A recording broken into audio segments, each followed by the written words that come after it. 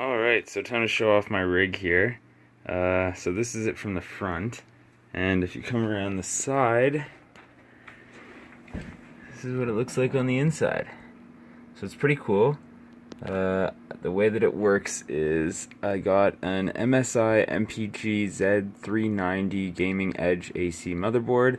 So it's got wireless built in, and it's also got two PCI Express slots for graphics cards, and it came with a bridge. So if I want to get a second graphics card, it's totally possible. You can't really see with the light under there, but there's space for it.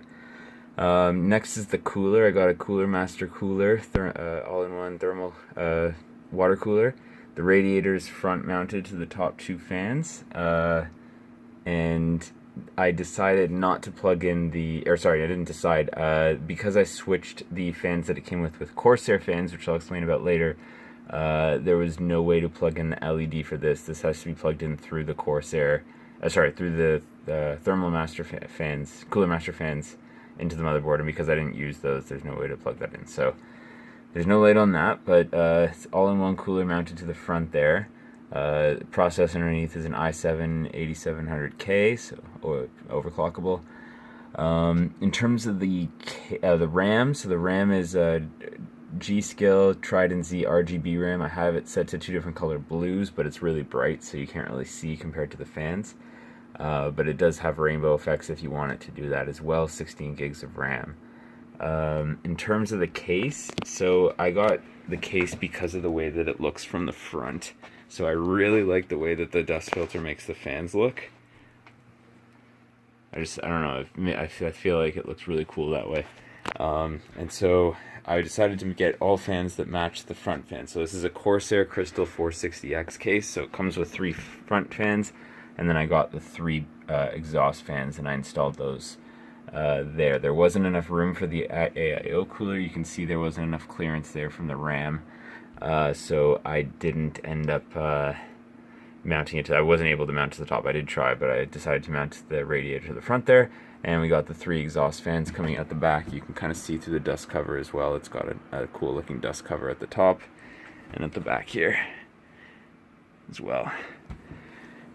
And so it's got a lot of cooling. It's got an 850 watt power supply from EVGA. It's modular, so that's why there's some neat cables inside. Down here I got 2 drives, a 2 terabyte WD hard drive, and a SSD 500 gigabytes from Samsung.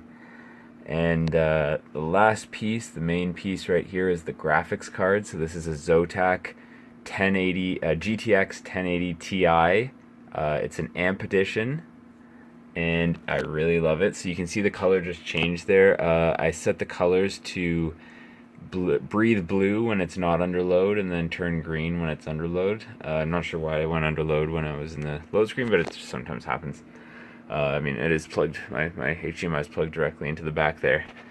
And yeah, that's pretty much it. So I really like the way that it came out here. I'm still working on figuring out all the RGB, because right now the fans are only hooked up to a controller on the top, and each of these uses a different app, which is really confusing.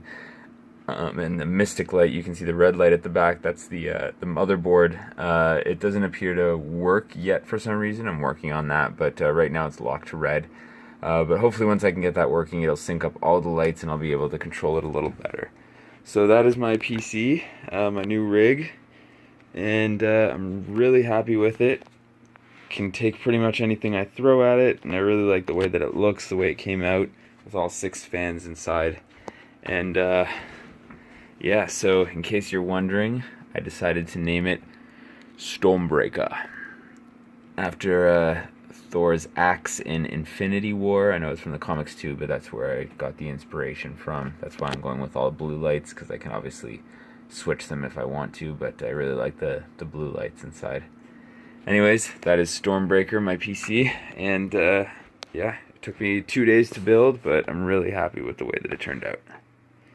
Still need to get a DisplayPort adapter to plug in this monitor, because right now I only have one HDMI port, but we'll get there. It's pretty sweet.